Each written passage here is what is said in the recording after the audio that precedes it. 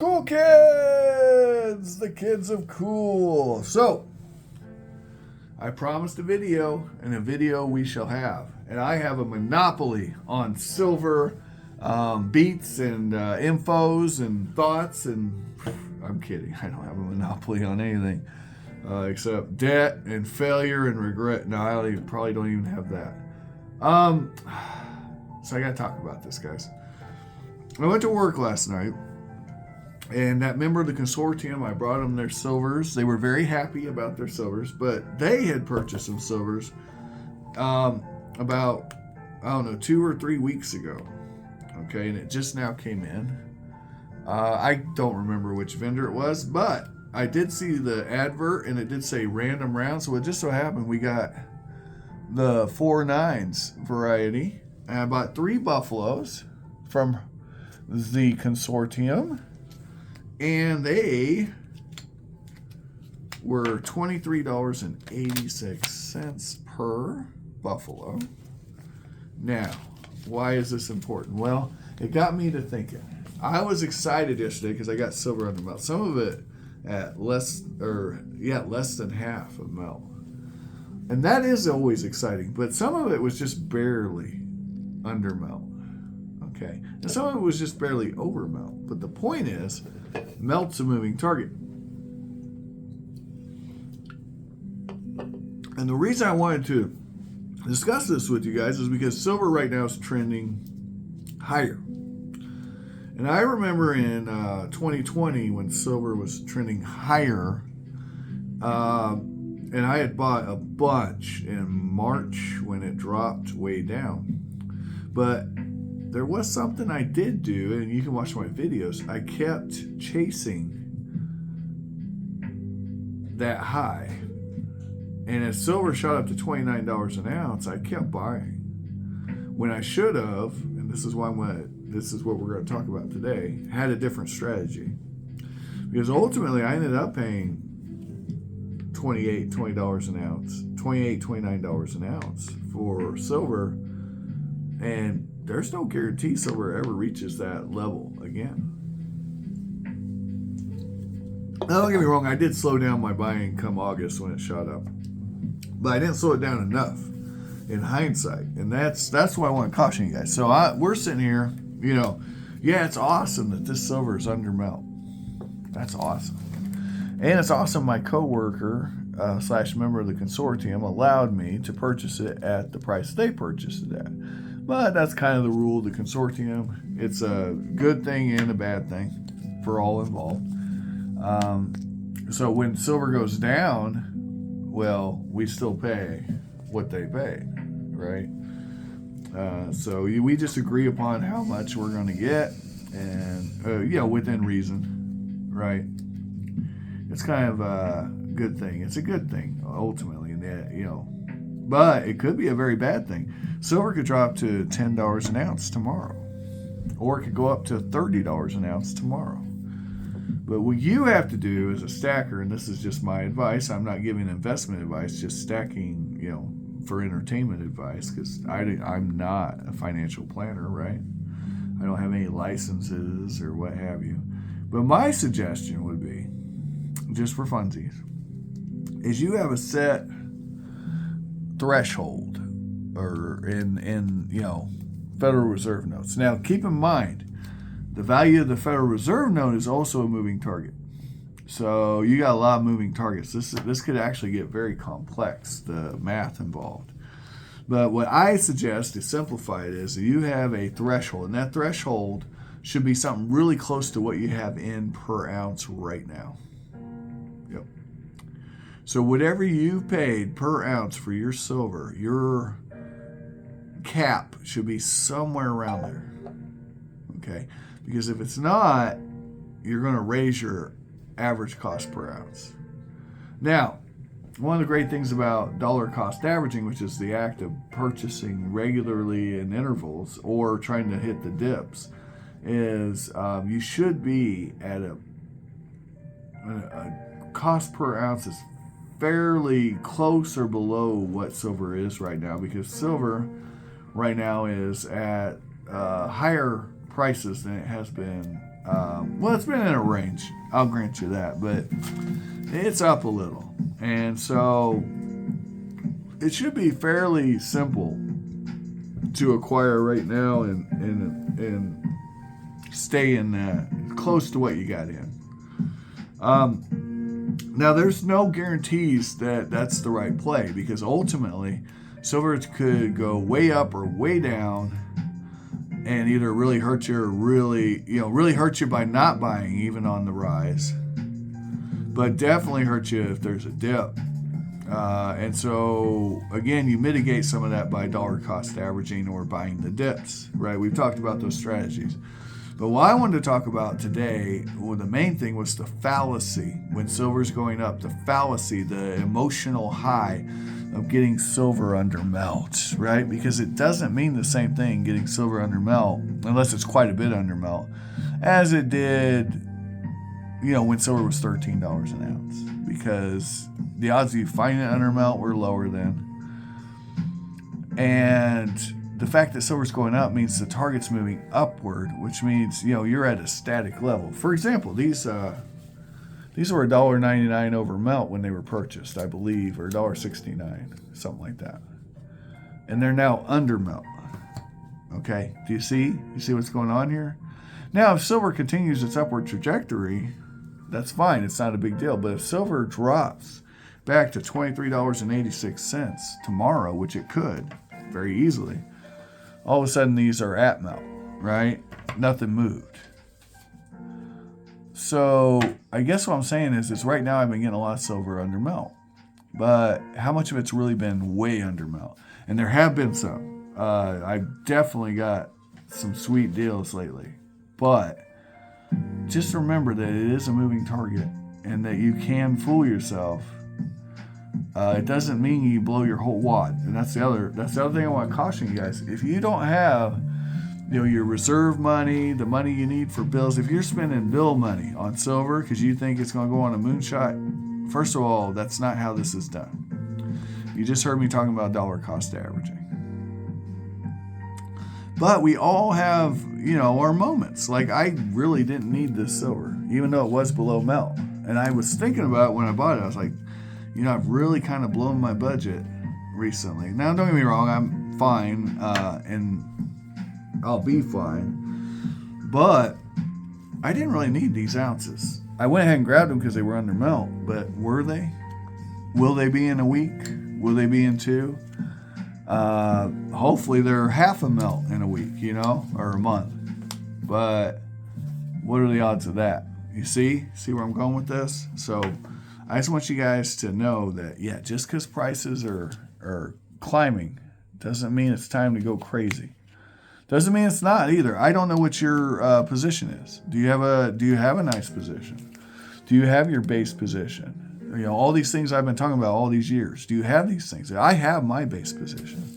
I have enough exposure to silver that if silver goes up to $100 an ounce, everything I owe on everything is paid for and then some.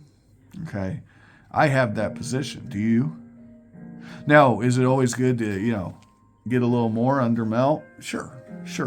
But I'm not in the desperation mode where I'm backing up the truck, every time silver takes a tiny dip, because I've been doing it for years. And that's why I'm saying once you have your base position, you don't have to rush. You're not in a hurry. But I thought silver under melt, I might as well buy it. That's the only reason I bought these. And they are under melt. And they are pure silver. This is bullion. So bullion's good. One day you'll be able to take stuff like this, potentially, and if the GSR gets a little more favorable, you'll be able to take these ounces, say about 30 of them, and turn it into an ounce of gold. That could happen. It's happened before. It was 35, I think, last time. You do the swap. You do it face-to-face with a private person. Because if you go through the pawn shop or the coin dealer, they're going to charge you a fee because everything's got to go to cash first. Those are the rules. But you do a face-to-face deal, 35, right, when it flips. It could go as low as 13 to 1. That's all happened before. That's been a long time ago. That's the old timer talk there. But 35 to 1 is doable. It could happen. So you get 35 of these right now when the GSR's 80, 90, 100. And then when it flips, you go in there and you say, let's trade. You're trading ounces for ounces, man. Think about that. So you're increasing the amount of gold you got. Now then there's considerations. Well, what's hot? Well, PMs are hot. Well, that can shift. So now you can take that gold, turn it into real estate or stonks or bonds or bitcoins, whatever. It doesn't matter. It's all a shell game. But what you had to have to start was your position.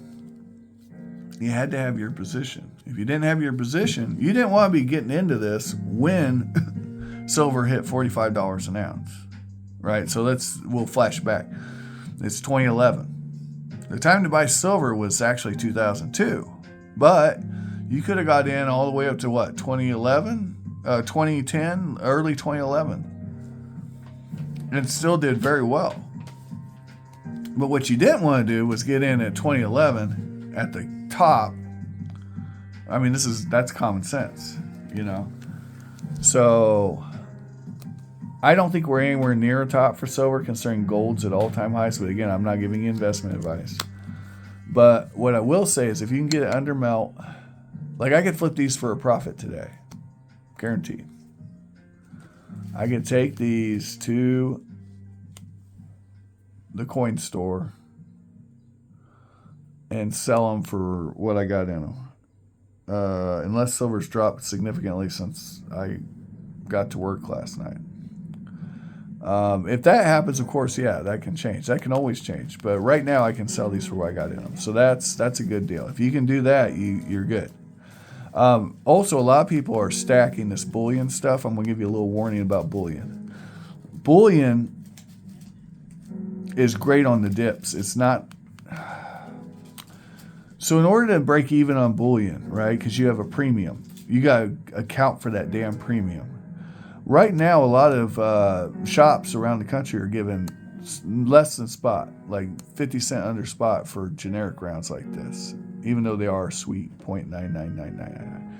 Anyway, that means you have to buy it and then hope silver goes up enough to cover that negative premium. So anything you buy, any silver product you buy, you have to recognize that you're in for whatever that negative number is. And you're not going to know what the market is. So just know that a lot of times these rounds sell for less melt. Does that make them bad? No. Rounds are the way to go. But you want to buy the dips. You want to buy the dips because when you buy this, if you bought this round at $16.99 just a few years ago, right? And you bought a whole roll of them, and you could go sell them right now for a profit. Now, if you account for inflation, is it really a profit? Ooh, now we're adding a whole nother moving target. Do you see how this can get very complex, guys? It gets real complex real quick. So you have to account for all this. When you're selling it, you need to know how much inflation has occurred. What's that dollar actually worth now versus when I bought this in 2016? Okay, am I really making out or am I breaking even? If you're breaking even, no, you're breaking good because that's the whole point of this precious metal game. This is a store of value, supposedly. Has it worked out that way? Depends on when you sell and when you buy. There are definitely scenarios where this has been a great store of value, even in investment. But there's other scenarios where people are in upside down. Now that can change tomorrow too, though. And that's really why this is a commodity. This is not considered, this is not something you should be investing heavily in compared to other investments. I mean, there's a pyramid. Again, not giving investment advice, but if you're putting all your eggs into silver, you're not doing it right, guys. You need miniatures and board games, okay? By God. But you could do worse than silver, I'll tell you that, because silver has actually appreciated over the years. If you start stacking in the early 2000s or even the 90s, you're sitting pretty right now. And I like to think of it as a big picture, long term.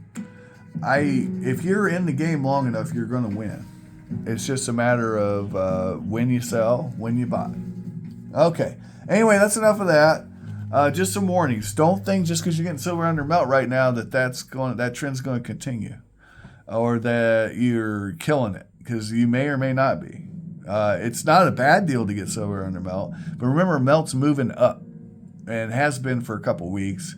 And sometimes we get a little overly optimistic, and then the letdown, and then that can, some people will quit stacking then. When in reality, you want to be buying when the price is going down. That's when you want to be buying, okay? But you don't want to catch a dropping knife. You want to try to figure out, well, what's close to a bottom. And I'm going to tell you right now, guys, if you see silver below $16 an ounce, it's an auto buy. Buy as much as you can, because that's about what it costs to get out of the ground. And that number's going to go up as inflation goes up. Keep that in mind too. So if the mines shut down because it's not worth it to make silver, silver's going to suddenly become scarce. So you know what the cure for low silver prices is? Low silver prices. Because the mines are going to quit producing. You'll get secondary production from copper, but, it's not going to be enough for demand. Silver hasn't been meeting demand for years. Again, you check the charts. I'm not giving you investment advice. I'm just telling you. If silver goes below 16 an ounce, it's an auto buy for me. That's me. Okay? I'm buying as much as I can, as often as I can. The other thing to look at is that GSR. The gold-silver ratio right now says buy silver.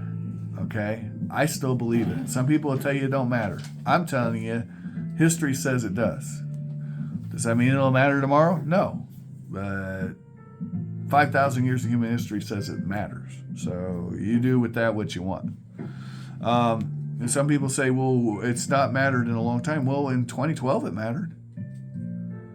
And I'm not just cherry picking dates. It's mattered before then. It's going to matter after then. It's a matter of if you're holding the stuff when the time comes. That's it. And can you keep those diamond hands? Can you do that? Or are you going to, oh man, maybe you could be in a different investment. And maybe, maybe stacking's not for you. And that's perfectly fair. Okay? Just know that this has never been worth zero. That's all I'll say. And, I don't know. Why is everybody making buffalo rounds? Like, when did this become a thing? I know it was like, the late 90s? Early 2000s? But I don't know. I don't get it, man. I don't get it. I prefer the old Liberty units, stuff like that. These buffaloes, I've seen a buffalo nickel, and buffalo nickels are cool, but I don't want a big, giant buffalo nickel. I don't know. I guess they're kind of cool. I don't know. I like 4.9s, though. That's neat. I wouldn't pay extra for 4.9s, but I don't mind it. That's what I'm saying. I think, like if I have a choice between 4.9s and 3.9s, I'm going to take 4. But fine silver is fine silver. Don't pay a huge premium for an extra 1,000th of an ounce. You know what I'm saying? Like, it's nothing. It's pennies. All right. Anyway, thanks for watching. Have an amazing day. I hope this video was informative. I know I yabbered on a bit. But yeah, don't get fooled by the fact that you're getting silver under melt right now, because silver's on the rise. If you can start getting silver under melt when silver's dropping, you're really doing something then. Okay? And find all the collectibles of your dreams while you're waiting. If you don't, well, that's fine too. Just know I'm trying to show them to you. Bye-bye.